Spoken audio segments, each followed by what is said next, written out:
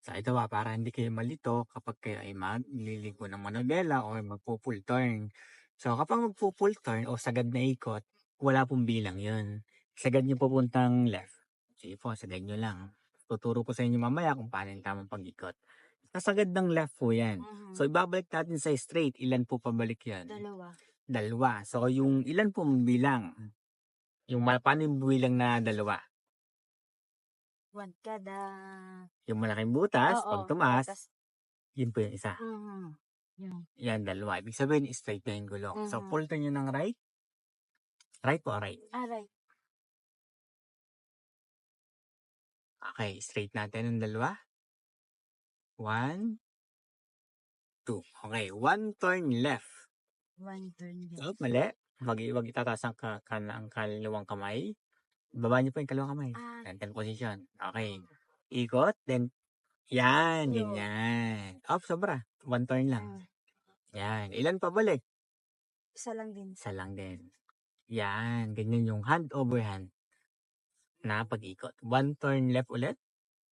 Ikot, kuha. Yan, ganyan yung hand over hand po. One turn right. Straight. Ilan ang inikot nyo pa right? Isa lang. So, isa lang pabalik. Bali po, pa-right ulit yun. Ay, pa-right. Balik. Okay, full turn left. Full. Ilan po pabalik? Straight natin. Dalawa. Magbilang po ng dalawa.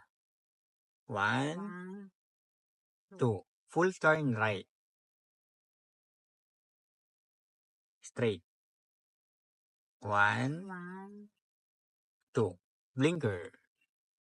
Okay, signal lang right, up. Then titingnan yung side mirror. One turn right. Turn right. Straight. Signal left. One turn left. Straight. Signal right. Full turn right. Straight. Up. Mali. Mali nga. Full turn ng right. Full turn ng right. So, mag-start na kayo magbilang kapag tumaas na yung malaking butas. Okay. 1. 1 agad po yun. Okay. 2. Okay. Full turn ng left. Straight. 1, 2. Blinker.